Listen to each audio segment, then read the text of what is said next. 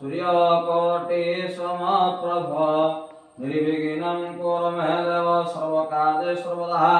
ओम अपवित्रवित्रवः सर्वावस्थागतव्याजस्पतिमुद्रिकाख्यं सर्वयाभ्यन्तरं शुचिः पापोऽहं करस्मं त्राहिमां च रूपाख्यं सर्वपापहरि सर्वक्लेशहरि सर्वदुःखं हरि महापातनासमिष्ट भगवद्रुद्राय नमः। नमस्ते श्री भट्टमंत्र सर्व महाऋषि गाति छंद भट्टर महाविष्णु मंदाल संत्यादि कष्टवतनाम दीपिके हातस्य धर्मज्ञः बीजपानाम उत्पन्न सर्वज्ञ दीपिका दस्य पुत्र